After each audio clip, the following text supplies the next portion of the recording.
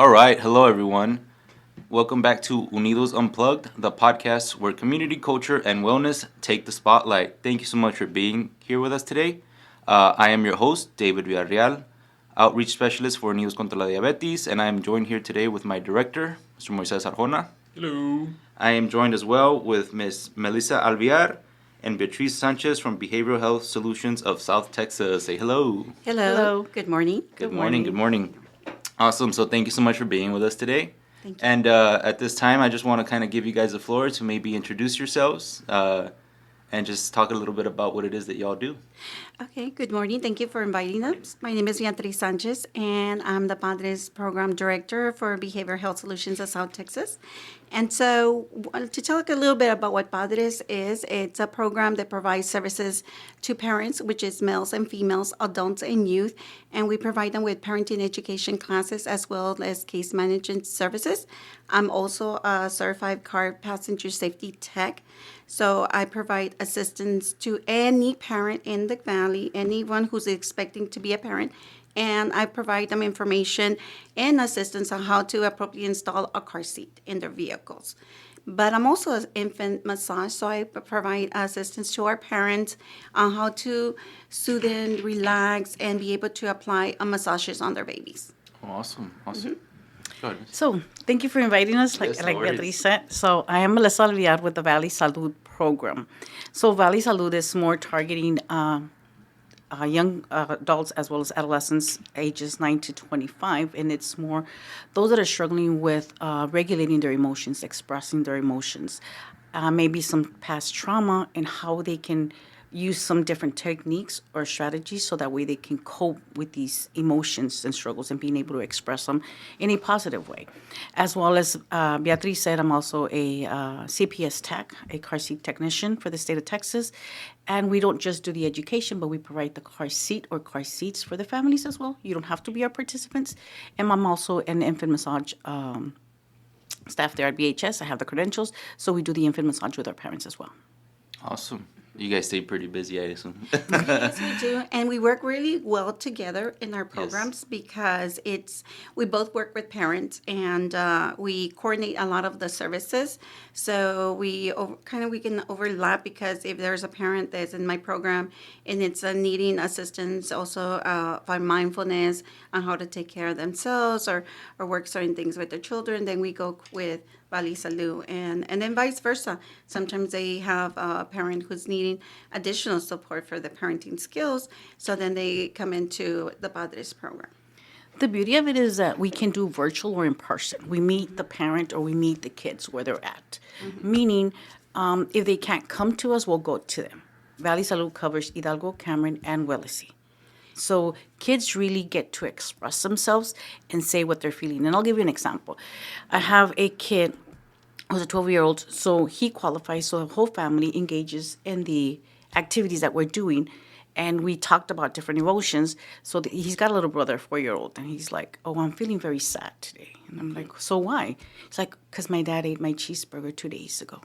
So validating those emotions and having those conversations so they can start learning at an early age how to express those emotions that they're feeling and how they can deal with those emotions and not react to those emotions.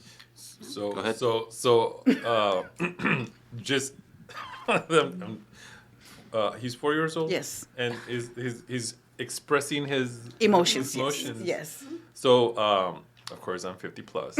So I grew up in an era and an age type. You don't express that. Yep. So I think we're seeing a new world coming in where people are being more in touch with their feelings. Because for me, if I would have been sad, my dad would have been like, yeah, get over it.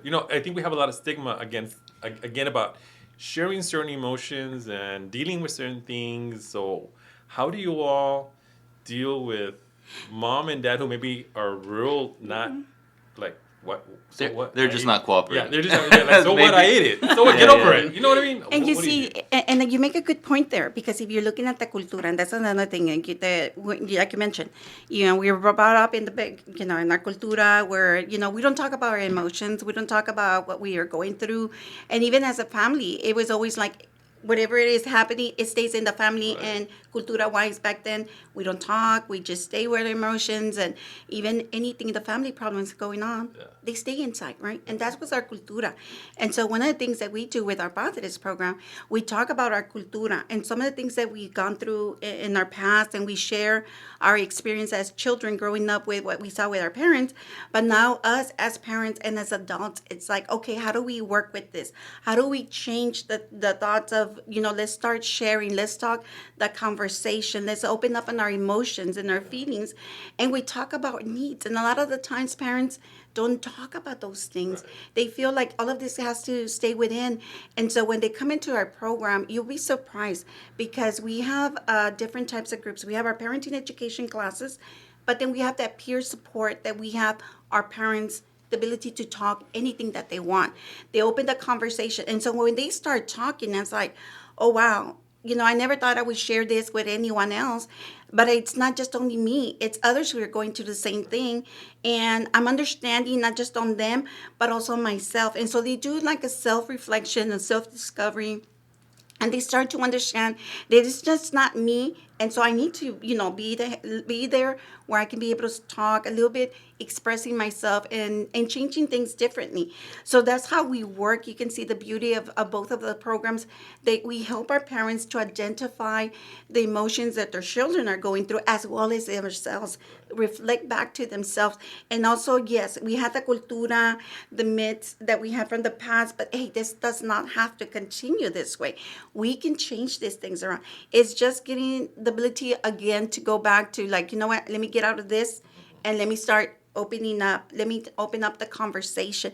And even themselves, they share like as a child where it was like, what, it's like you mentioned, yeah, llorates, you went through this, ya ni modo, ya tú pasaste, ya, like let's go on. Like, and and so when we talk about it, even us as parents, we laugh about it because we think it's funny, but at the same time, everyone is going through different types of emotions.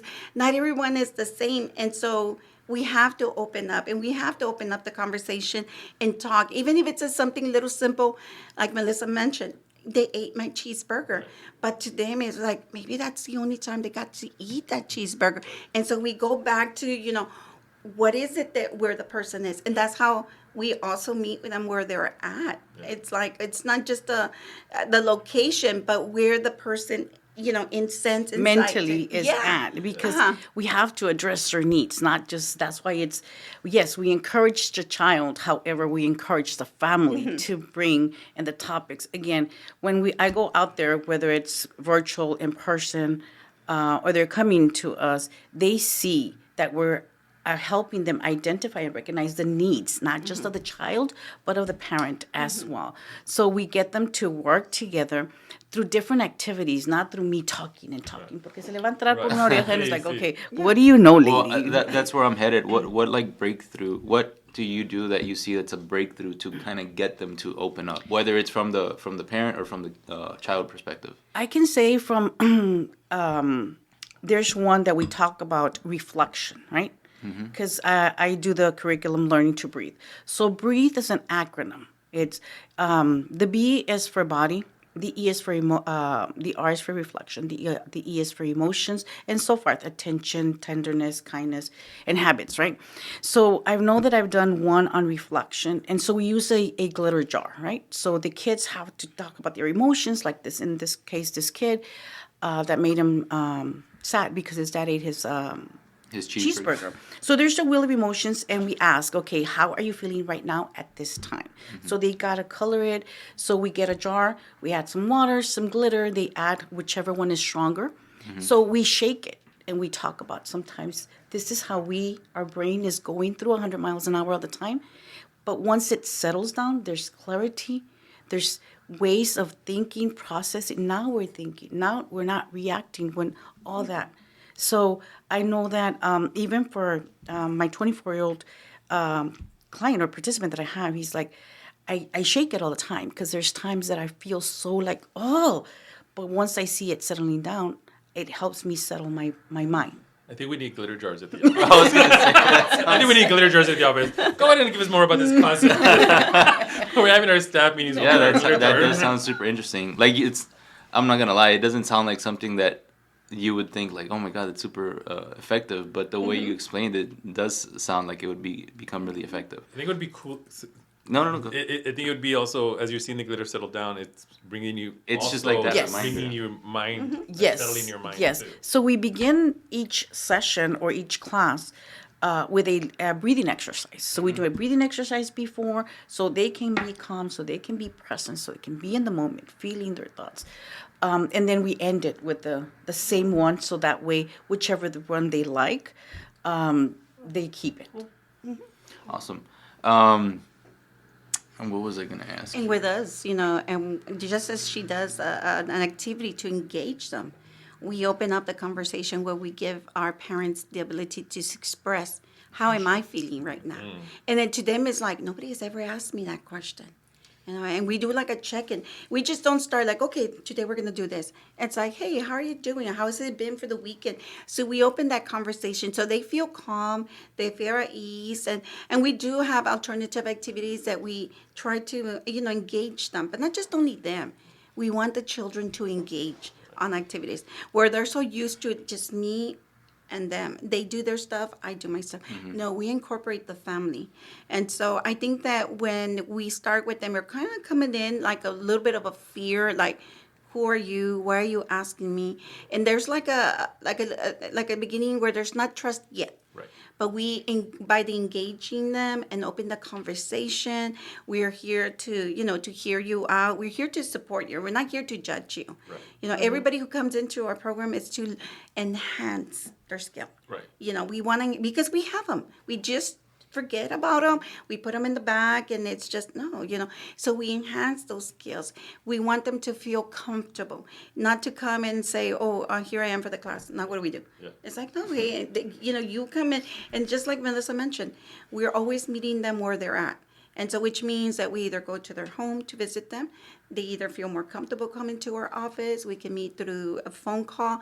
We can meet virtually. We can meet even in a community area, anywhere that they feel at ease and comfortable and want to be able to open up. And it's not like it's just me giving the lesson or the discussion, whatever it is. It is, okay, how are things going? If something is going on, okay, let's focus on you. Right. Let's start working this. Very, very interactive. So I think I'm old school, right? I'm from the point where you go to class, you listen, and you don't ask questions, right? You don't, and so this is a different way of learning things, right? Now we want interaction, and I'm like, why do you want to interact with me?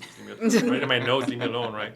But I think you mentioned something really cool because we're going through it right now. It's the two-gen approach. The two-generation approach, which when you mentioned, you encompass the whole family into the curriculum and the program. Because it's not just about the child and one person, it's the whole family together. Yes. And if you have 3 generations living in a household, which typically in the Rio Grande Valley we do, it's good that they're all informed and they're all working the same way, because making sure grandma and grandpa also understand what's going on with the young one and the young parents is key too, because we're set in our ways. I know I'm set in my ways. I'm stubborn. I'm not gonna. I will be there. I'll be there for you. I'll be there for the program. But after you leave, I'll be like, no. You know what I mean? But I think it's important that you incorporate the whole family, because we need to go ahead and make sure that we're raising our kids in a proper way, a good way. Well, not just that. It's like, okay, learning to breathe is teaching or practicing your brain to build. Just like when we go to the gym for muscle, okay, we want to make sure that we build our mind to, okay, what can I use when this comes my way? How can I be strong enough and continue moving forward? We're listening to listen, not listening to react. Yeah. Because a lot of times we, especially us, right, that we grew in an older generations, like we perceive to judge. Yeah. We're ready, okay, we're not listening. Yeah. So validating them and letting them know that we're here for them, meeting them where they're at, not just like Beatrice said, at their homes and all that, physically and mentally. Physically and mentally. If you're not ready for this lesson today, it's okay. Do you want to talk about what you're going through right now? Let's just talk about it. I'm not here to judge you. I'm not here for giving you subjections, options. I'm here for you to have that lending ear. I'm here to listen. If you want information, if you want me to give you something, provide you with resources, I will provide you. But if you're not ready, you're not ready. Yeah, I think that's really key, because I just love how all these sessions turn into my therapy sessions. I just end up sitting back. It comes in my therapy session. But I think I'm learning to listen, because I'm very reactive. Yeah. And I want to solve the problem. I want to give you the solution that you need so that you can be happy and move on. But sometimes that's not what you really need. You need someone to just listen to you and let it all out, right? Cool. Yeah, Yeah. I love that. And it goes back because we want to empower them, because if when we're not there, then what are they going to do? Right. You know, and so that's where we're giving them these skills, the ability for them to be able to realize, like, oh, I got this. Now I know how to work on this and how to focus. Because like Melissa mentioned, you know, a lot of the time we're just thinking of the solution Right. without hearing and processing. That's another thing, you know, and that's why we tell parents, okay, when something is happening, we always want to react right away. But it's like, you know what? Look at things. Hear yourself. Think about what you're going to do or what you're going to say. You know, it's just don't react real quickly and then Glitter we feel jar. bad. Glitter jar. Yeah, and then we tell them, if it's something happens, it's okay. We're human. Right. You know what? Just take a step back. You know, think about what you're doing or think about what happened. And it's like, okay, now let me see how I can work on this. Rather than, whoa, yeah, I messed up. That's it. It's over. No, there's still time. There's still amendments where we can make things change differently for ourselves. So I just want to touch really quick before David goes down into the other stuff, but because the cheeseburger triggered me, because when I was little, I'm born and raised in Westaco, with the Whataburgers just across the street over here, and when I was little, I must have been like maybe 5 or 6, and I remember telling Dad, I want a burger, and he goes, no. Drove home and told my mom, make him a burger, and my mom goes, why? Well, he wanted a burger. Well, then why didn't you buy it for him? It was just you and him. He goes, no. You can make it the burger. So I'm traumatized. And I'm still 50. You still remember? I still remember that. I still remember Yes. that. And I told my mom. Yes, no, yes. And you mentioned something earlier, like, I want to fix it. Yeah. And you also mentioned the generationals, right? There's Yeah. 3 generations. Technology, we have the world in our hands. Yeah. So they fix everything. You can become a doctor through YouTube, right? Yeah. A mechanic through YouTube. Because they're fixing it, it's quick. Right. And it's not about fixing it quick. It's about, like Beatrice said, when we're no longer there, Right. What's going to happen? that Whataburger, I'm still traumatized. So, and then we go to, and there's another story too. There's a story about crayons, but the cheeseburger triggered me. But I always tell my mom, and I remember that story. And my mom's like, no, I remember. I'm like, well, my dad passed, of course, but I always remember the cheeseburger. And every time I pass by Whataburger, I just block it out because it to me it's a horrible memory. Like, and I think that goes back to a lot of things that. Tell me the why. Tell me the reason why. Was it maybe we didn't have money or whatever? But instead of so now we become fearful of rejection and we don't ask. So we start framing our life from that one incident or one episode or something that happened in our life. It starts changing our ways. So someone asked me the other day, I don't know what they were asking me, and I said, well, I don't like rejection. So if you're gonna tell me no, I already prepared myself that everything's gonna be a no. perceiving to judge, right there. Yeah. We're Yeah. like, okay, we're perceiving. However, we need to learn it's okay to get rejected. Yeah. It's okay not to be okay. Right. It's okay. I mean, yo soy bien pediche, right? Bien pediche. Ando buscando donations. Like, what can they say? The only thing they can say is no. No. Okay, fine. I'll move And then move on. Right. With something different. Right. Yeah. And when I say that at work, right, I tell everybody, what's the worst thing they can tell us is no. Yeah. But in my personal life, no. I need a favor, and someone tells me no. Nah, yeah, I'm dead. It don't bother me. I think the world has fallen apart, right? Yeah. But I think it stems back from when I was little, growing up, and always being told no. So we become afraid of rejection, I think. So. And you see, you make a great point there, because that's one of the things that we talk to our parents is reflection back. How did that make you feel? Right? And so they start processing like, oh, I didn't like that, I didn't like that feeling. So now think about when you're children. Yeah. Do you want to continue that cycle the same as you were feeling that back then? They're like, no, I don't want them. And I said, okay. And so then that's where we start talking about, okay, so if that, we felt and we went through this, so how can we change it for our children? And so being more open up the conversation, being able to share. And that's the thing, being able to explain why we can't do it.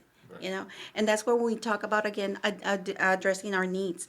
And so, because when we don't take time to take care of ourselves, if we're hungry, we're tired, we're sleeping, we're very short and fused. And so when it comes to our children, we're right away like, No. oh, no. Pero no, ya te dije que no. It's a no. Just, don't bother me. And then it could be the time that the child maybe is opening to us. We don't want to break that communication. We don't want them to feel like, why I even asked mom or why I even asked dad. we know it's going to be a no. Right. So then we start learning something different. It's a learning behavior. Right. And so we don't want where they don't come and talk to us because they're going to feel judged or they're going to be like cut. And so that's why we have to open a conversation and talk and explain. We have to get into the mode where, okay, again, self-care, taking care of ourselves where we're, okay, you know what, baby, I can't do this right now because of whatever reason is going on, right? And so when we open that conversation, we'll be surprised by our children will listen more to us and realize, okay, and they understand, but if we are always in a run, we're always in a very short fuse, we're not eating, we're not taking care of ourselves, and to us the shortcut is just cut it there. Yeah. Then that's where We're so and I learned this through learning to breathe, right, with the trainings and so forth. So like I said, the glitter jar or the so many tabs. So you wake up and ya estás ready to so it's an autopilot. Our brain, our mind is autopilot. So if something of one of the kids say something, I want a burger, I want a cheeseburger. No, not right now. Vámonos, because we're late. And y ya estamos, So we're already, again, perceiving the type of day that we're going to have versus let it settle, let the glitter settle, and you'll see clarity. So we'll be able to not react, but respond because we're listening. Yeah, and I think for David's a new dad. Well, he's not a new dad, but he's a new dad again. Newish. Because how old is your baby?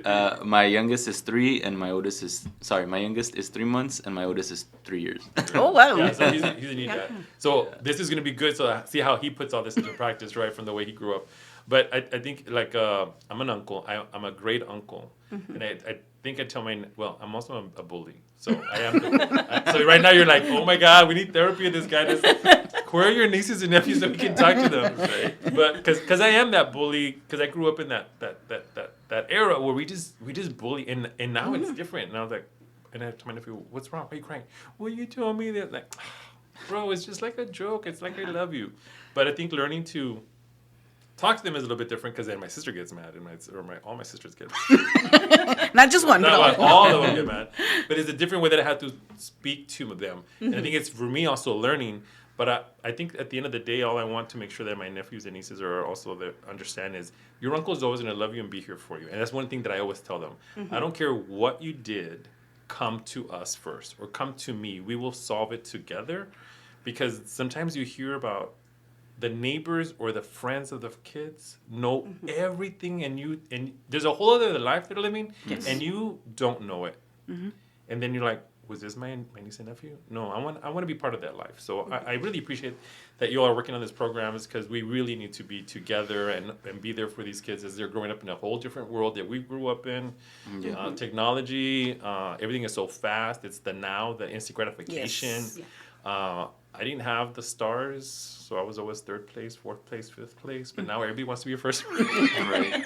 How do we do that? I don't know, David. How you do that? I was telling Moses last week, I think, when we had our one-on-one meeting, I was telling him that it was like ya en la tarde, the night was winding down, and I was on TikTok, like, just scrolling on TikTok, and my little girls were already asleep, and I came across a TikTok about a dad who posted a picture with his little girl, and he's like, oh, I used to be her best friend or whatever, and then it's another one, and she's older, and now he's like, now she calls me like whatever, now she tells me whatever, dad, like it'll go away and all this stuff, and I started getting a bunch of them, and I was like, oh my God, is this gonna happen to me? And I got sad. I got like not sad, I got like not I guess, yeah, just a little bit in my feels, and I was like, man, this sucks. Like, is this really, like, because the way the TikToks were being presented was like, it's inevitable. But I'm like, you know what? Like, I was telling Moses, I was like, no, but I think, like, if you have like that, real connection with them, or like a real that bond, that I'm like, bond, yeah, I mean, everyone, I'm assuming they'll all go through like a phase, but it doesn't. And as long as you're there for your children, and that's the thing is, even when I was a first-time parent, the very first time, that was that fear, what's going to happen as the years go on, And I always wonder, like, am I connecting with my children? Because I have 4 children. Am I children's age are very, very different, and there's like a big gap to my children. I have a child who just turned 11 years old. Oh, wow. And then I have a child who just turned 17, and then I have a child who's 20, and then I have my 26 years old. As you can see, So you're Wow. going through all the... different ages, right? But you see, Talk about generations. Different generations. I have totally. different, but the connection that I have, I'm not bragging that my kids are perfect, but they have the little things that they Yeah. do here and there. But that communication has always been open, and I've always had that conversation open with my kids. Always knowing what is the boundary of a parent, and what is a friend. And it's like, it's not a friend. I'm here to hear you out, but I'm always going to be your parent. And it's just you learning to understand our boundaries, our respect, our values. What are so important are our values. If we have that, in the beginning with our children, and they understand what is so valuable in our family and our morals, and that we continue those things, but also having that conversation.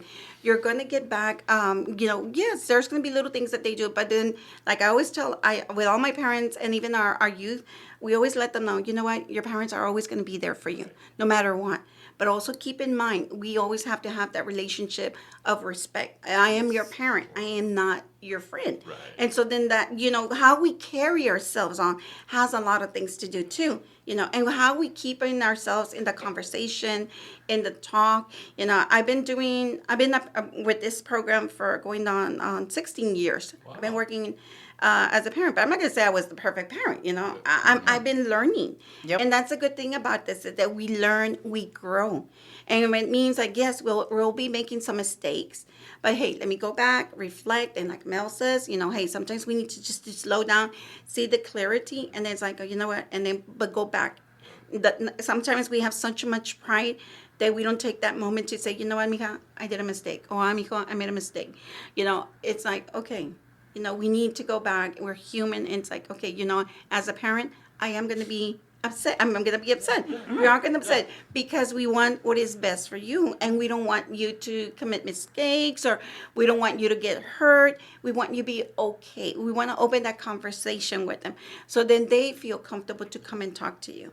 Even I, as a parent, I always said to myself, am I doing the best thing? Am I doing the right thing?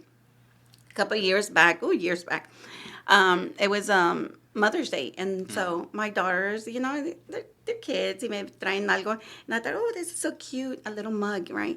And I liked it, but it wasn't, it was a cute little mug, and then in there, that was like, oh, I thought it was a tissue paper, right? And so then I take it to work. I thought it was really, well, it is beautiful. I still have it at my office.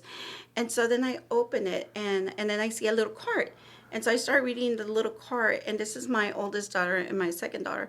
And they said, this is what we think about you. Whenever you have a day that you're down, just look at all the things that we think of who you are and everything. And so then I open it up, and I still have it in my office. So when there's a day that's slowed down, and I open it up, and it says, we think you're the best, Mom. And there's another one that says, you're awesome, Mom. Mom, you're doing this. It had very beautiful, positive words.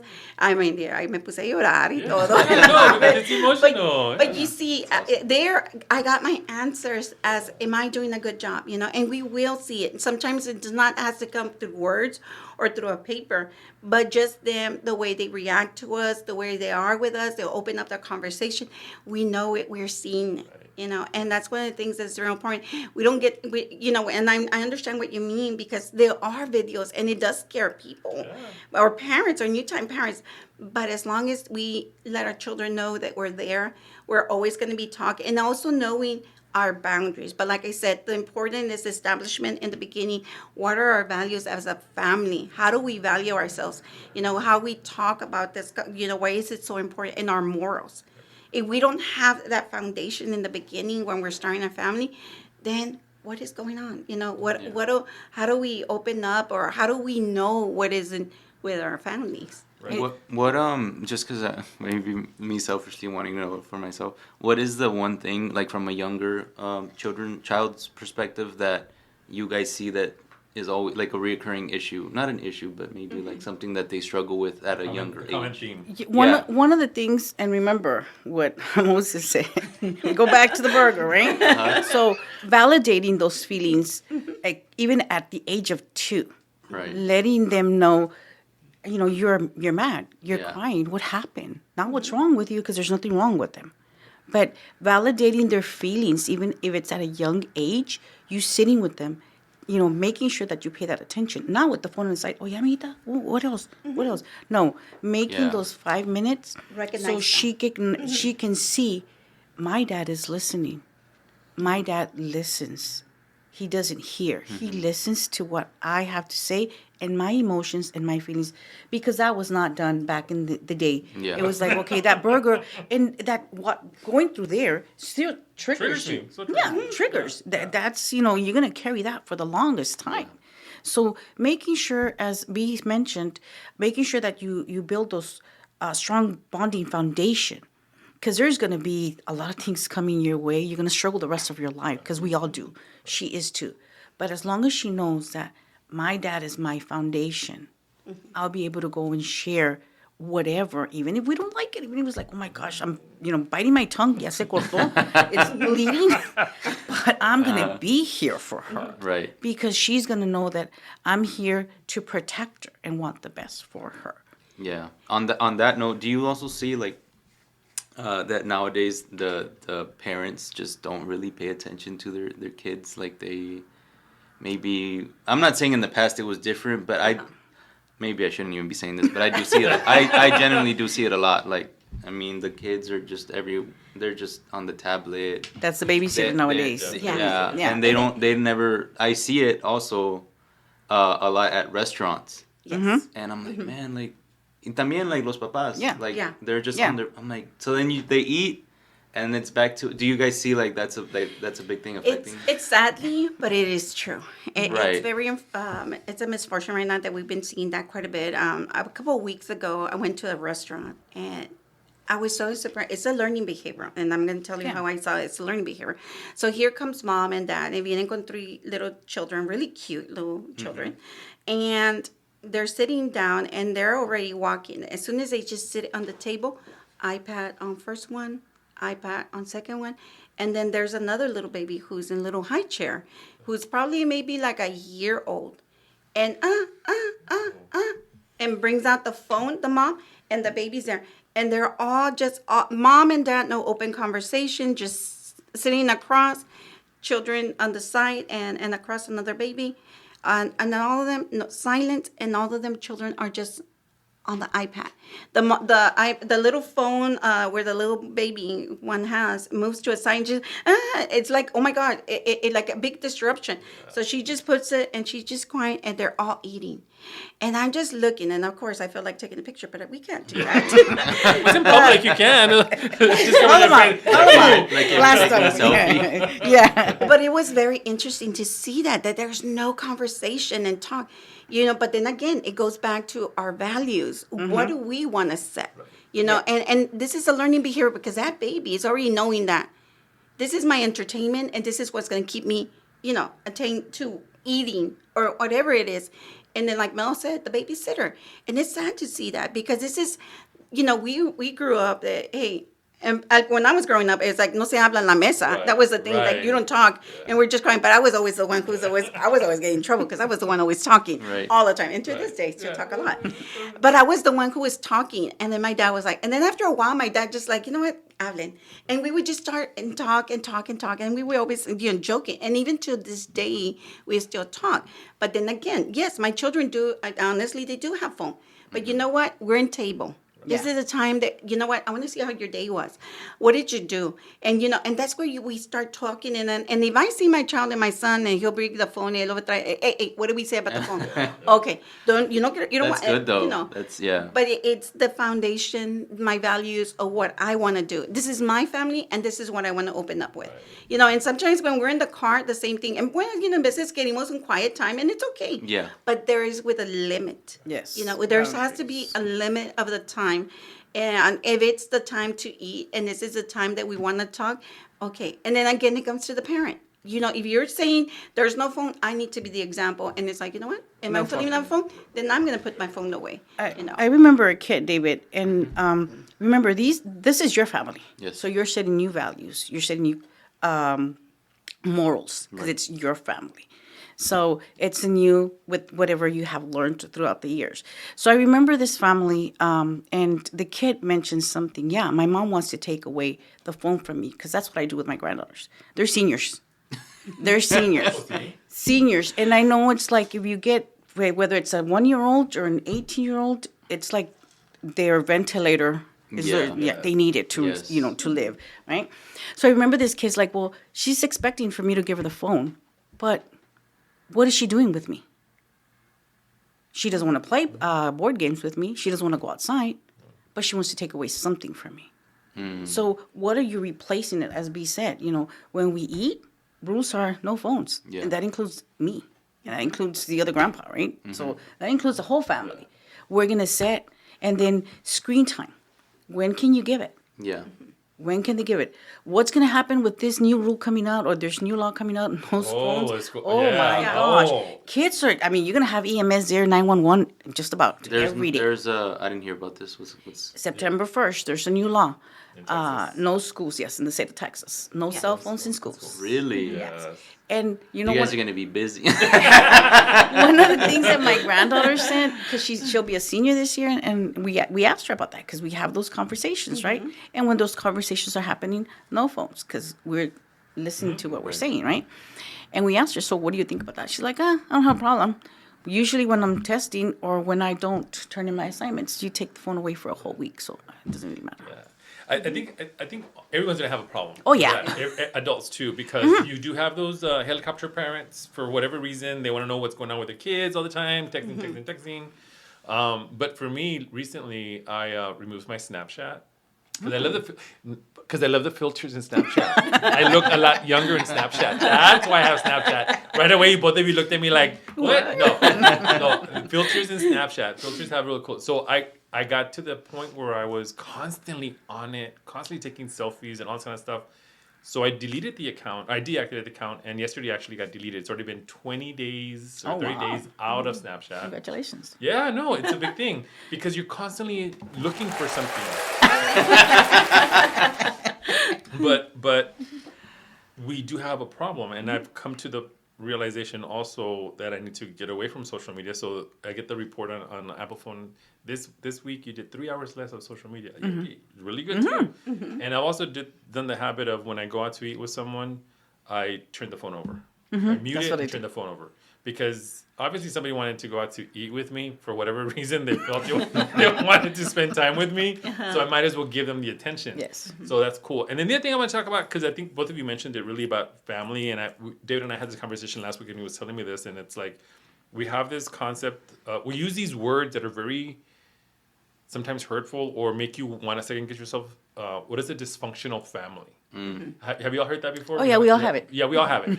Right? We all have it. Yeah, we all have. Yeah, we all have a dysfunctional family. Because what's normal? Exactly. And this is what I was telling David when he was telling me the story about the picture of the dad. And I'm like, dude, you're gonna make your family your family. It's never gonna be like the neighbor's family. Yeah. Those are two different families. And while we use in sociology, we use the term dysfunctional. There really is no dysfunctional. Every family is different. Yeah. And everybody unique. thrives. Yes. Yes. And Unique. thrives in the way that they do. And what you might think is not normal for them is perfectly Yes, normal. as Yeah. long as it works for the family. Right. So there's just a lot of. I think we're always put into this one box, right? The white house or the white picket fence, the cat and the dog, a boy and a girl, and that's it. That's the typical family. And that's not the family for us. That just doesn't work for us anymore. Again, we're perceiving. Enjoy the moment. Be present. Do not be looking for tomorrow because it's not here. Yeah. Can't do nothing about yesterday.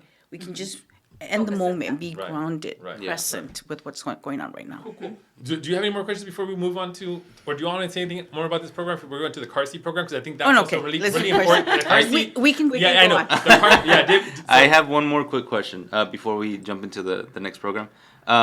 What would you say are like maybe some misconceptions that you guys face in your field, in the particular field that you're in, or just misconceptions, misassumptions, whatever you might call it? I think, when people come into our program, I think the first thing they think is like, oh, it is the basic. I know how to change a diaper. I know how to feed them. I know how to put them to sleep. And everything is perfect. Those are physical needs, And so everybody perceives that is a parenting. Or they're thinking like, oh, when they're coming in, oh my God, 10 sessions?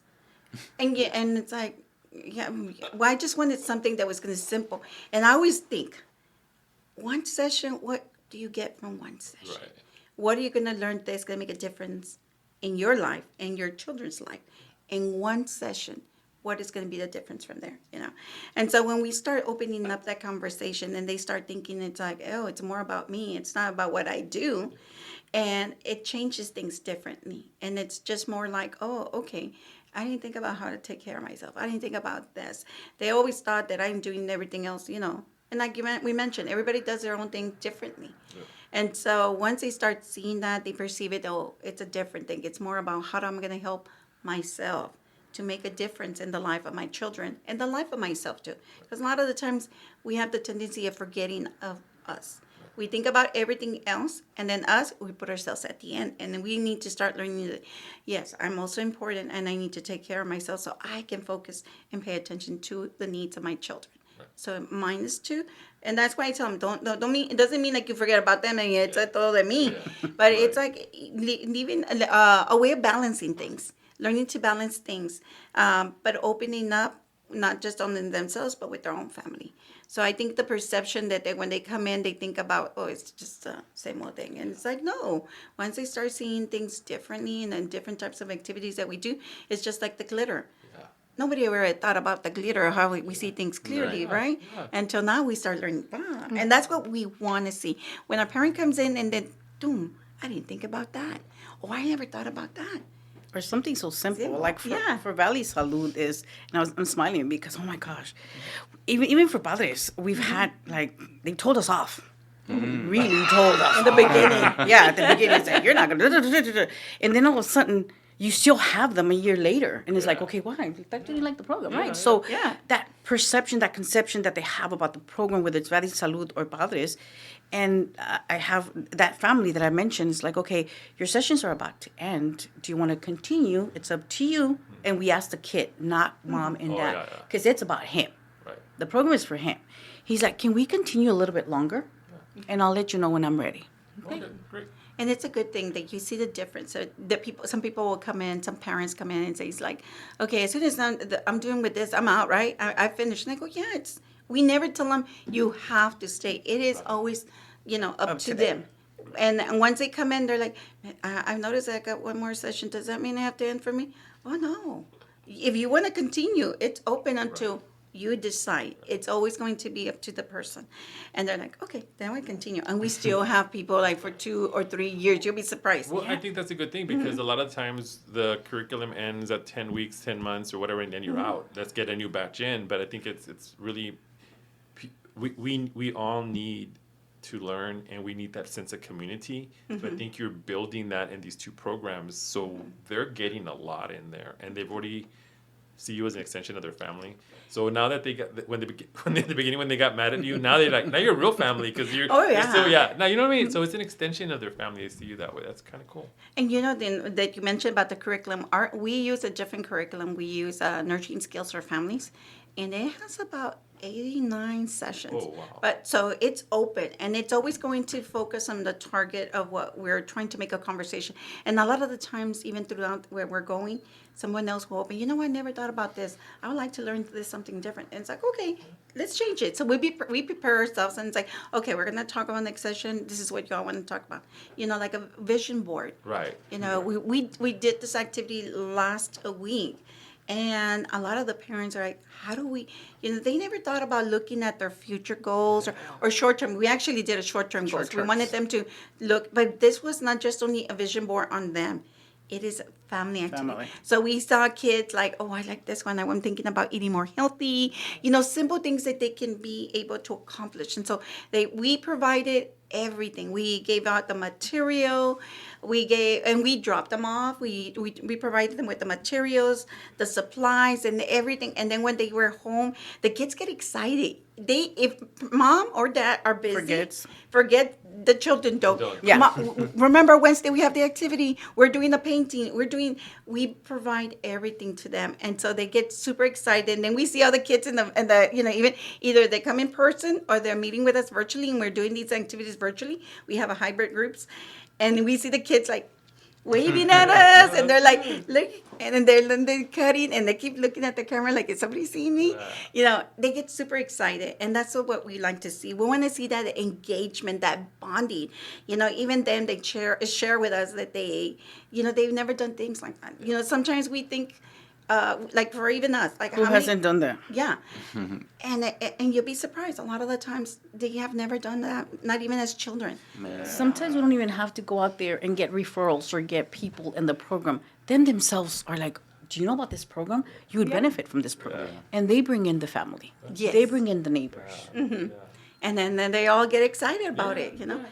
I wrote down vision board because I haven't done a vision board in a while. So I was like, I need to do my vision board again. I need to go ahead and do that. But yeah, the vision board is actually really a cool activity, whether it's short term or long term, and it's a way to, for me, it's a way to go ahead and just set my mind at ease too. This is what I want, and it's an activity that you think is for kids. But adults have so much fun doing it. Oh my gosh, yes they do. With learning to breathe, you should see the parents when they're painting, when they're doing, how they express themselves. Yeah, it's fun. Yeah, and like we mentioned something like we take advantage of the fact that everybody does it probably, right?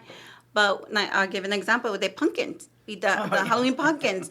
We did the painting. We went and dropped off the pumpkins. We gave them like ideas. We take everything like, hey, you choose which one you want. But these are some of the ideas. And if you have something else, then more than welcome, something really pretty. And then we took them to paint. And then the kids and them painting and decorating, they would get so excited. They go, oh my gosh, they go all the way through with what they're painting. And then they're with their pumpkins, all of them. They love any little thing, activities that we provide them. It is like the time for the family. That's cool. That's cool. Awesome. Do you want to move into the... Yeah, let's talk about the car seats. I think that's something really important for everybody to know. I know you guys mentioned you guys were car safety passenger techs. Yes. So, can you guys tell us a little bit about that? Well, I've been a car seat safety tech going on 8 years. So I got certified, years back. And so I've been providing the education about safety and car seats. Educating them on car seats that have expiration date. What are some of the things that we're looking at to be able to make sure to install appropriately the car seat in the vehicle? I always tell our parents, the cars are made for adults. They're not made for children. So the car seats are the adjustment that we're using to be able to secure our children in the vehicle. And so we do an hour session education, and it's open to anyone in the community. It doesn't necessarily have to be with Valley Salud or with the Padres program. It can be anyone out there saying, you know what, community. I need help. I have a car seat and it's going side to side. What's going on? And so we educate them on the safety of the car seats, and we help them how to properly install in the vehicle. But we also are looking at as far as like the height, the weight of the child and their ages. Facing. Yes. Also the fact that not just the education or installation, but the inspection. If they have their own car seats and they want to make sure that it secured correctly or the child is strapped correctly, the Webbers are correctly strapped, the chest clip and all that stuff. So. What are some common mistakes that you guys see? Well, one, the position of the car seats. Sometimes when the kids come in, we have maybe a 1-year-old and they're facing forward. And so that would be one. Another one, the harness, they're all loose. Yep. And the child is halfway. The tether in the back. Oh, yeah, that thing is always flapping side to side, and everybody's like, what's this for? Yeah. The lower anchors and the seat belt. Or... The retractors. There's a retractor that all the vehicles have that is not locked and it's loose.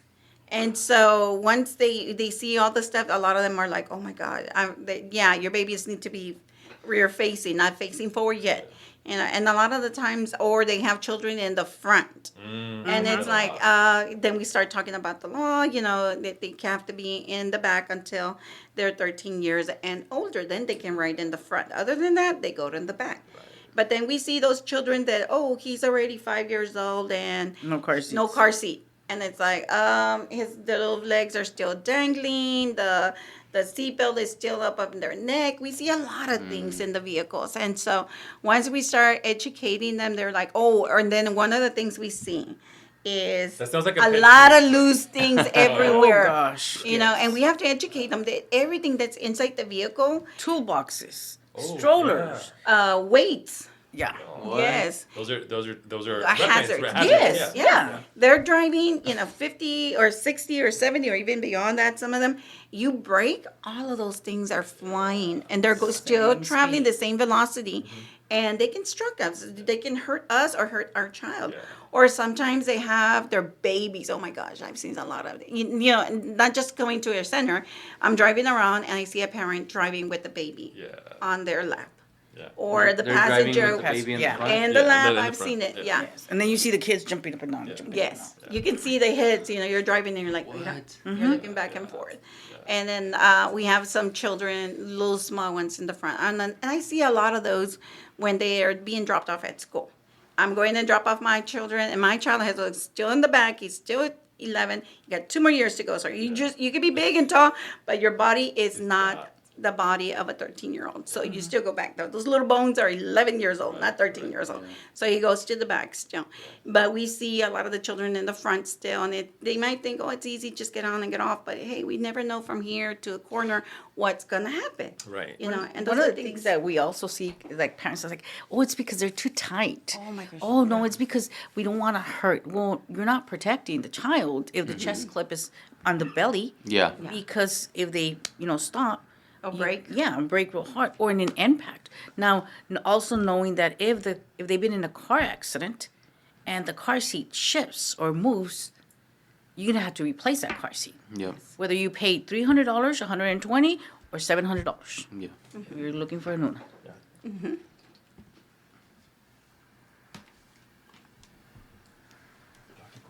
Oh, okay. So I know Moses had mentioned it. What's the deal with the expired? The car seats do expire? Yes, they do. They have an Really? expiration date. Yes. And So what's the deal with that? Well, it's because you keep in mind that these car seats. I'm we over can here visit- like check the car seat right Check now. it. Yes, check your car seat. The thing is that if you have, let's just say you have had this car seat in your vehicle for 4 or 5 years, it's in the heat, and wear and tear. Wear and tear within time, those harness can actually become very loose, or they can end up getting brittles, or they can deteriorate. And so with the heat, especially down here in the valley, oh my gosh, I it's know. super hot. know. And so within time, it's a wear and tear. And so we have to make sure that we're checking in our expiration date. It's in the back. Sometimes they have it on the sides. Or at We the just bottom. have to look Yeah. around the car seat. There's 4 to 6. There's 4 years, 6 years, years, and the and then ones 10 that years. rotate and all that, they're 10 years. Oh, okay, okay. 10 years. So we just have to make sure that we're looking at that. Yeah, I don't think that's something that people just generally know. Definitely, I didn't know that at They all. don't know that, and the thing about the assistance that we provide within our program is that people tend to buy used car seats in a pulga, garage sales, or handy down. You know what? Yeah. Muy bien, here, pass it on to you. And they don't check on expiration dates. We don't know the history of that car seat. That's another thing that we've seen a lot when they're coming in. They're like, oh, es que me la dio, ta, ta, ta, ta. Oh, I bought it in the flea market. Or, they come up with where they came up with their car seat. But do you know the history of that car seat? Not knowing the car seat's history, it is putting the child in danger because we don't know if it's been in a car accident. We don't know if it's already expired or it has been recalled. It hasn't been in a recall. Or what about, we've seen what we call knockoffs? They're not really, knockoffs means like they're not the original. They're just kind of a made up, it's a seat, yeah. But it hasn't been tested, car crash Oh, okay, tested. okay. And so we don't know how, we actually have seen, we go Several. to trainings, we've seen some of the knockoffs like totally fall apart because they're not withstanding an impact or an accident, and it would cause more of a danger. So if anybody's going to buy a car seat, make sure that you're buying a reliable car seat that it's not a knockoff. Because and the only way you'll know it's a knockoff, it usually won't have expiration date. It usually will have maybe a foreign language on the ticket, on the site, or it'll have like an orange. We've seen the ones with the orange little label. So they have them in the side or in the back or in the bottom. But like major retailers aren't carrying these, are they? No. Or- No. So where are they getting them? Well, online. Online. Really? Yeah, they get them online for a good price. So But is it like Amazon carries them or no? get some, you have to look Yeah. at it. Really? You have to pay attention to when you're purchasing on Amazon. Where are they coming from? Are they from the United States? Have they been tested here in the United States? One of the things that I believe the third week of September is Child Passenger Safety Week. Okay. So the whole state of Texas, you'll see a lot of these car seat events providing the education and providing the car seats for the families. Awesome. Yes. So the car seats are free. Even within our agency there at Behavioral Health Solutions, we do it twice a month, but we go by appointment. Child must be present. The vehicle must be present. Now, if mom is pregnant and their due date is coming up around the corner and they're on their last trimester, we start taking parents up to 36 weeks and above. Okay. And so we start scheduling the moms to be able to come. We always tell, if the future mommy is coming and she's pregnant, bring in another person, because we do want them. It's not just coming and learning. You're going to get hands-on. Because again, when they go back home, they're the ones who are going to install the car seat. They're not going to come back to us and say, okay, I'm going to move it from one car to another, and then it's back and loose. No, we want them to learn. And so if mom is pregnant, we always make sure they either bring a partner or somebody who is going to be able to help them to know how to appropriately install that car seat in the vehicle. So if they have to move it, they're going to secure it the same way we have shown them. So we have all of our parents have hands-on all the time. So we ask them, if you're going to come with a partner, so they can also help you with the rest of the children, because sometimes we have a parent that comes with 2 or 3 children, or 4. and it's just the mom and the children. They get impatient Yeah. and they want to wander, and it's like let's go over here, But we're techs, and so we're helping the mom, but then we have other families that are, that our techs are helping other families. So we always want the parents to be coming prepared, to expect at least maybe depending on first come first serve. Right. But we all start at the same time. We start at 3:00. If so and so came at this time, they'll be the first ones to be assisted in the tech, and then and it goes on. As the families are coming in. The other thing is that we do have car seats from newborn, as long as there's 5 pounds and over, all the way to booster. So we have all 3 car seats, from newborn to the 5-point harness to the booster. Yes. Awesome. And we provide the education as far also as what is next after they've been in that car seat. How do we know that we're ready to no longer need a car seat? Okay, yeah. So we educate them on that part too, and so we always let them know. And you would be surprised that a lot of these parents were like, "Oh my God, I didn't know." I was gonna say, like, because I was one of those. Yeah. I have no idea how mine survived, so don't ask me that. It's back in the day. Right. They're still alive, so I don't know. But I remember that, and I remember the movie Matilda, when the kid with the car seat in the back is going everywhere. But the education, and then parents replying back wow, I had no idea. I was just strapping them to strap them, and I had no idea what the tether was for. No wonder the child would move from side to side. Right. And the importance, because a lot of the parents believe that lower anchorage is a lot safer than a seat belt, and they want the lower anchorage or something so I can just make sure that they're double secure, use both. No, there's reasons why there's lower anchors. There's again, the education is very, very important to understand what car seat is the best for my child, not the brand or the price, but which one would be best for my child. Yeah, because all of these seat belts that they're, the ones who are from here, from the United States, have been tested and everything, they're going based on weight and height. And so every parent who comes in, they're like, okay, we look at their date of birth, we check the age of the child, we're looking at the weight and the height, and then we're going to say, okay, this seat is more suitable for your child on this one. And then this is the reason. And then, we want to make sure that seat's going to last them as long as it can, But, again, if they're involved in an accident, keeping in mind that car seat, based on the accident and where the car seat ends up, would determine to see if, we need to replace it. We had last summer, I think it was last summer, where we had a mom who was getting ready for the delivery of her baby, and she went and got her car seat and everything, had it on the vehicle, and then it's properly installed, everything ready, and her vehicle was just parked outside, and another vehicle came and actually rear-ended her vehicle really bad. And so she says, I know y'all mentioned about a car accident, and do I have to replace it? And I said, well, I asked her, okay, well, how does the impact look on your vehicle. And she goes, I took pictures. And we said, well, where did the car seat end it? And she goes, oh, it went all the way to the front. I was like, I didn't need to see pictures. Just the thought of seeing that car seat from that baby in the back and move all the way to front, I was like, okay, you know what? Bring it over. It's not going to be good. And so we tore it up and places and everything. We threw it away, and then we replaced that car seat because there's no need to see what happened later on, and have an accident further, happen to the child.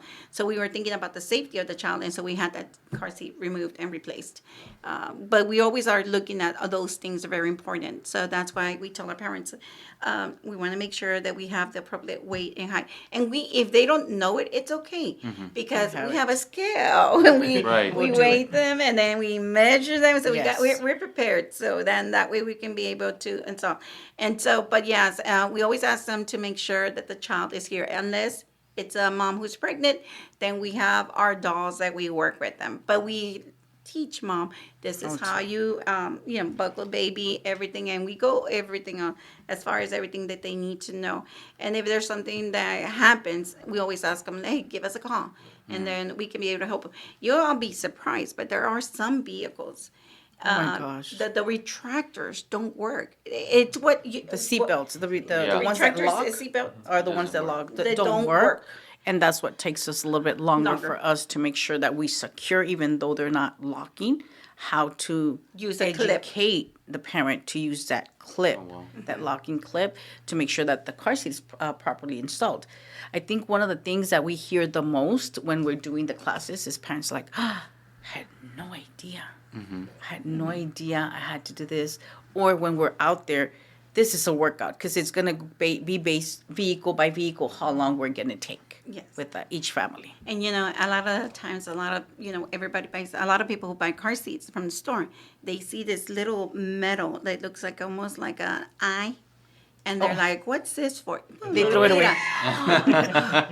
That secures your car seat if your retractors are not working. Yep. And so we have those little clips, but we always tell the parents, if you're going in older vehicles, you'll be surprised. Some people still use vehicles. We live in the valley. Right.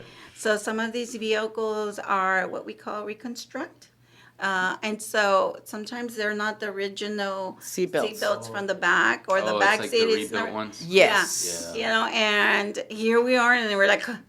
And then we're like, you'll have parents telling you like, well, can't we just move this seatbelt to this? I'm like, wait. I'm not a manufacturer. I'm not a dealership. I'm a car seat tech, and this is what I'm telling you. Right. Yeah, and so a lot of the times, we the newer vehicles, even where they want to put the lower anchors in the bottom, they're fancy-mancy. Like I said, these cars are made for adults, not for children. Bien fancy-mancy with a little cover of leather on the top, and then we're like, hey, what's this? And we're trying to remove it. And we're like, and when we were in state, a conference last summer, I told Melissa, hey, Mel, we have to cut those little leather things to open it up. Do you really think somebody down in the valley is going to like for us? Like, oh, we need to cut them. Yeah. And they're like, it's leather. Yeah. And so, but again, these vehicles are made for adults and not made for children. And so they want to get fancy-mancy, and the little lower anchor is actually covered with leather. And that makes it very hard. And so then that's why sometimes their answers of using the lower anchors of the seatbelt, it comes to a seatbelt as long as the retractor is working. We had last summer a Mercedes-Benz, the retractors were not working. And we were like, oh, and these were some of the vehicles also from, some people buy their vehicles in Mexico because they're más baratos. Oh, yeah. And then when we're trying to use them, and it's like, hey, your retractors are all broken. They're not locking. And that's where that little clip comes, where you use it to secure that area. And they're like, oh my gosh. And then they're like, am I going to be able to do it? That's why you need two people. Yeah. Yes. So going to that point, so did you all cover, because I had to step out for a minute, but did you cover the point of two vehicle family and car seats already? No. So what's the best thing to do? So should the primary car has the car seats, and then mom has to go ahead and go somewhere and she wants to use her car, or vice versa, and they're moving car seats back and forth. I'm the uncle. I'm gonna get lazy somewhere. I'm gonna miss something. So is it best to have 4 car seats if you have 2 kids, or is it best? What is it? What's the best thing? It's going to be depending on the family. family. Can the family Afford them. 4 car seats? Yeah. Now, if they're moving from car seat, they'll become an expert because they'll be able to secure it pretty quick and know a little bit more. It's going to depend on the family. Like you said, hey, I'm lazy. I did that with the grandkids. I'm like, okay, you know what? I'm going to have my own car seat. I don't have to worry about, removing car seats. Yeah. So it's going to depend on the Because family. I've seen it become a hassle. It's can, hard. yeah. It's not easy. No, it's Yeah, not. it's not taking it apart, putting it back in, and you might miss a step somewhere. You might miss tying it, securing it to something, and then what, right? So Yeah.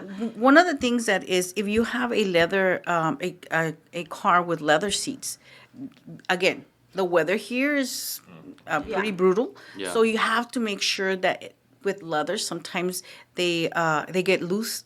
So you got to make sure you secure it and tighten them inspect up. it and tighten it up Okay. because of the leather. I'm not saying not the fabric, but I would check it more when it's leather and also with fabric. And not only that, when you're talking about leather, one of the things that we notice a lot that is like, oh, it's leather and it has to be taken care of. A lot of people buy that little shield that protects the seat.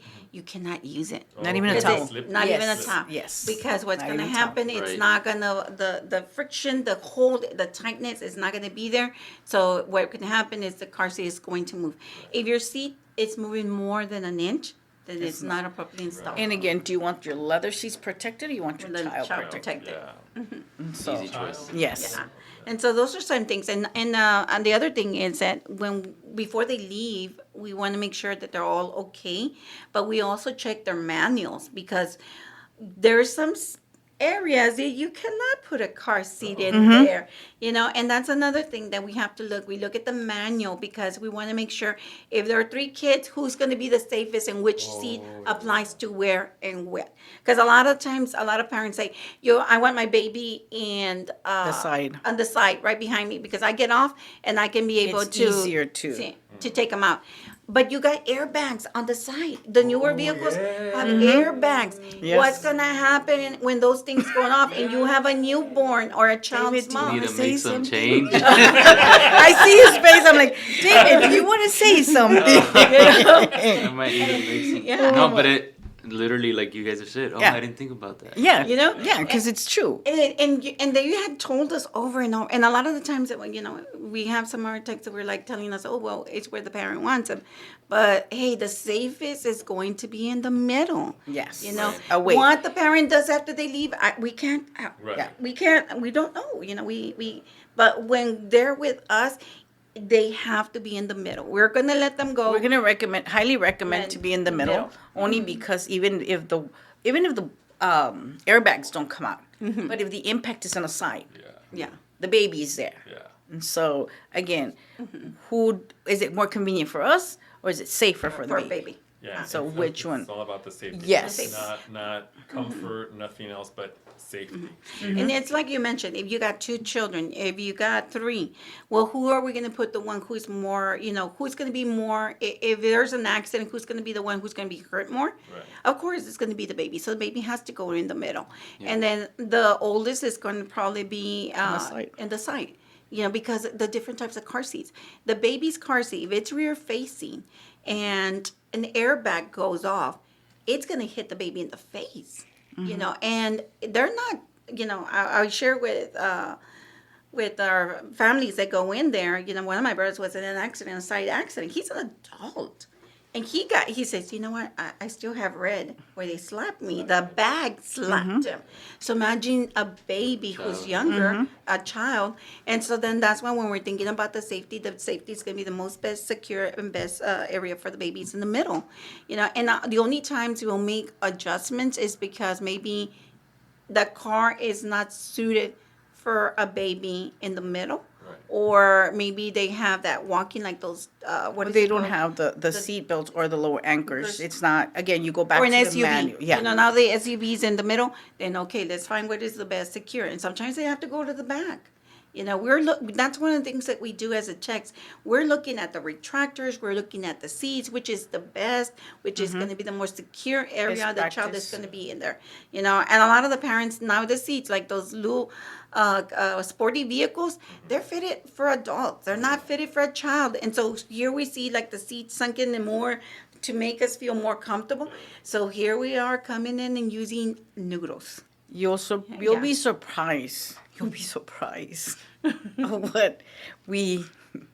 we see. You become inventors. Yes. Well, actually, Innovative. So one they of the trained things, us with that. Yeah. So one of the things is, as B was saying, sometimes we need those noodles. Yeah. Look at the manual. It's very important to look at the manual of the car seat.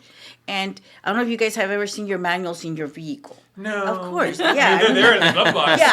We know where they're at. I remember when I went to get certified back in 2020, my husband took me and we went to his 2008 truck, little Ranger. So we go and they're telling us to look at the manual. I'm like, first time we ever looked at the manual.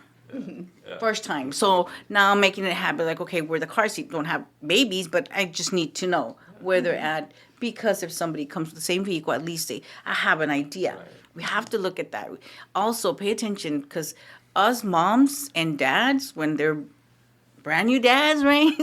We want to make sure that we secure the baby, like ponemos unas added stuff, and it doesn't come with the car seat, but we're adding to make it comfortable to the baby. But what we don't know is that was that car seat tested for a car crash accident With those items? No. Of course not. They're not. We're And so altering the safety. Yeah. So we don't want to alter that, and we have to keep in mind those things. So when we're thinking of safety, we're not just only talking about, the car safety itself, but also making sure that we don't alter those seats and how are we making the baby secure.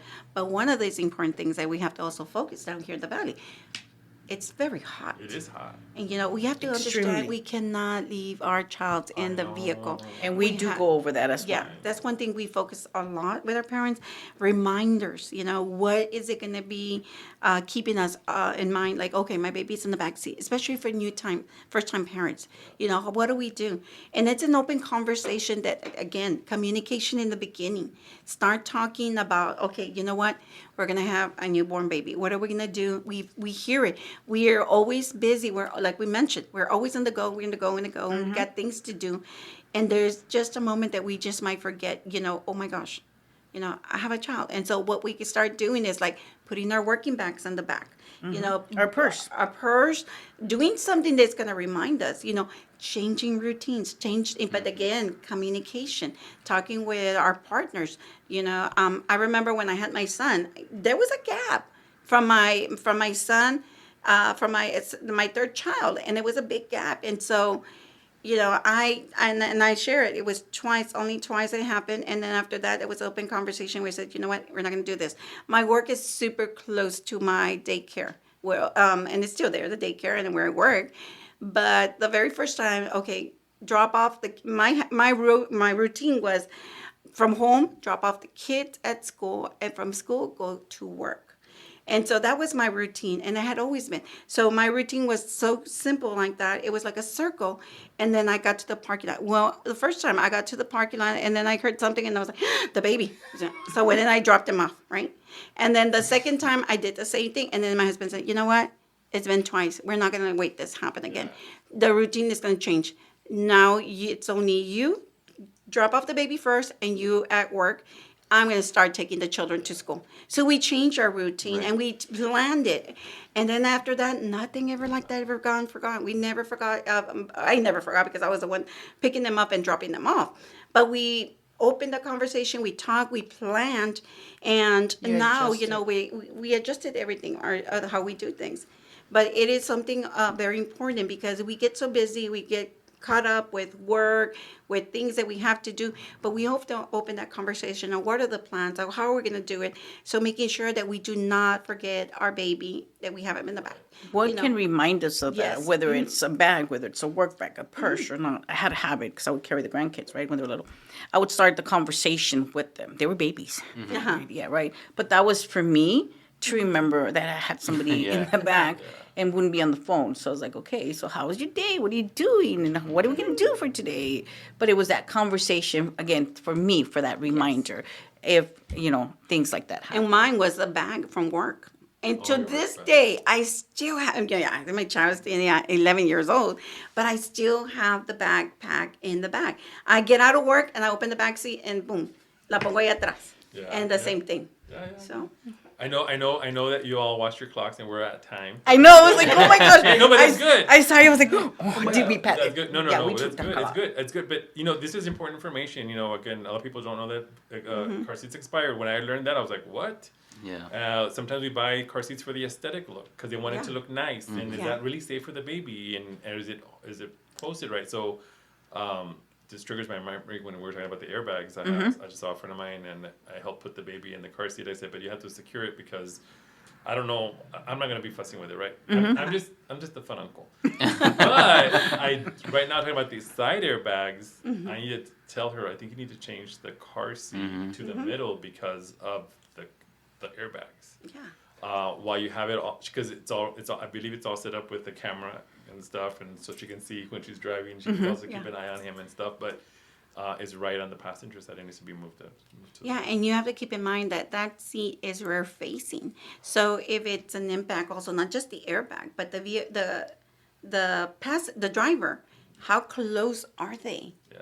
to the car seat? The back seat of the driver Yeah, or the you know. passenger to the car seat. Yeah, So one of the things that I do want to stress is that the education in the car seats is open to the community. Yes. It's not, you don't have to be a participant. All you got to do is call to set up an appointment and we'll tell you the rest. But it's open to anybody in the community. Cool. And then just because I have a lot of pet peeves, I don't have a lot of pet peeves. What are we gonna do about that baby on board sticker? And then mom or dad is driving around all crazy, running red lights and turning red signals. What are we gonna do about that? Do One we of have a the- program for that? Well, I mean, That's where they need to know how to relax. They need to go. I know that's cute and everything, baby on board, but Yeah. you also are telling somebody who might be following, hey, I have a baby. Right. Yeah. And or when we Patience. put the names, right? Right. Yeah. Yeah. And it's like, okay, and then somebody calls out Moses, and they're like, oh, somebody, and then the kid goes because they're being called. right. So you got to look at all that stuff. Safety, right? Safety. Safety. A lot of safety. I remember. Yes. We're gonna cut it already, but Okay. I remember to the point where there was a lot of kidnappings going around in the Yes. country, Yeah. and people we would have our first names on the back shirt, and people would call our name, and hey, like we thought if they know your name, it's a Yes. friend, right? Yeah. Mm-hmm. But yeah, I think we need to also educate parents on if you do have a baby on board sticker, please drive appropriately because. Drive accordingly. Because I don't know, you're giving me mixed messages. I'm in the back driving and you're giving me mixed messages. All right, so David. So yeah, we're gonna wrap it up here. I do want to close it on a question before I close out the episode. So I always ask our guests that come on is what does success look like to you?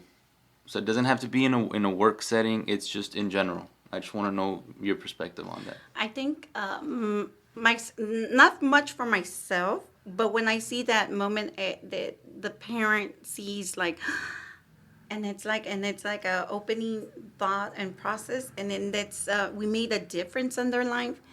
That to me is a success. To see them making the difference in the life of that individual or a family or even a child. When we see that happiness, a change on them, to me it's like I think we've done what we can to be able to help them out. And to me, I've seen it when they're like, you see it in their face, and it's like I learned, even without saying it, but the change of the face, it's a difference on what we make. And I think that when we see that in someone and it changed their lives and made a change in the difference, that's where I feel like I'm there for them. Yeah. And we, being there for them and helping them with what they needed, it's something that made the difference for them and myself.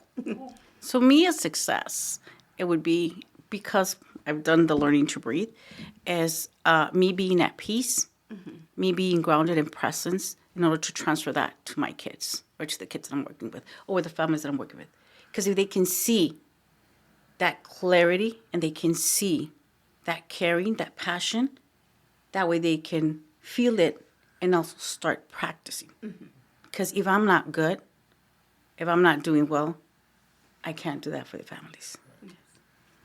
Awesome, awesome. Well, on that note, thank you so much for being on here today. It was such an you. informative episode. Thank you. I'm sure everyone's gonna really appreciate all the info that was shared on here and the conversation we had. Right on that note, if there's anything that you guys maybe have coming up that you guys want to like Oh my plug, gosh, or where there's can so people many. find you, where can people reach you, and then we'll Well, wrap it up. I like I mentioned, we service the whole region 11. Where we are, we're in the FAR office. So if anybody is looking for us, they can look for us at Behavioral Health Solutions of South Texas in our website page. Okay. We have our programs, but we do service areas, so we work with everybody where we can be able to meet with them.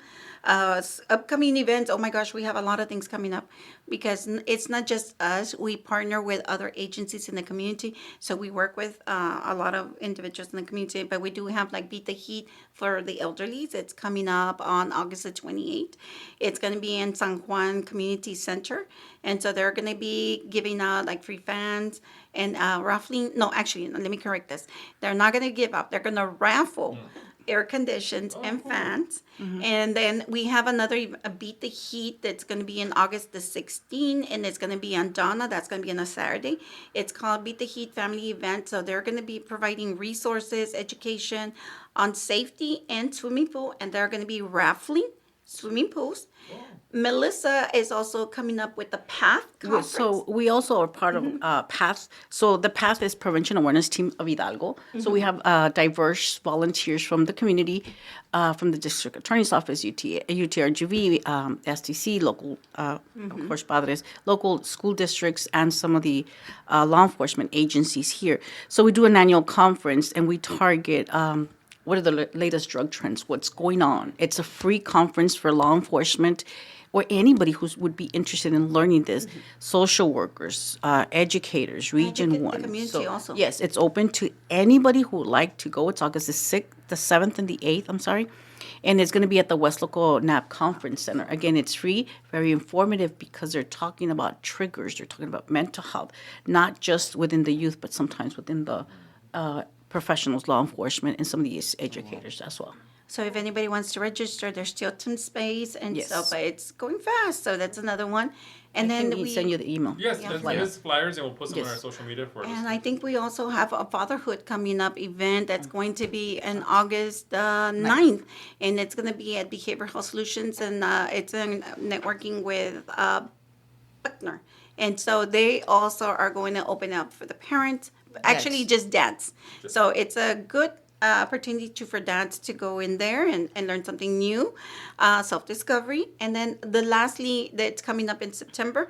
And it's not just going to be with us. It's going to be a lot of, like Melissa mentioned, it's Safety Week. And there are going to be a lot of texts out there. So if anybody wants any assistance with car seats, or are they needing just to go and check their car seat, there's going to be a lot of events. I know that everybody's in the planning process, but as soon as we get the word where they're going to be and located, then we'll share that information. If anybody is looking to find out, just look at the website under Safety Riders. And then you can see where they're going to be actually being putting the dates and places The and whole state location. of Texas. Yes. Awesome. So, That's great. Awesome. Well, on that note, thank you so much for joining us on this episode of Unidos Unplugged. We hope you enjoyed it, and we hope to see you in the next one. Thank you. thank you.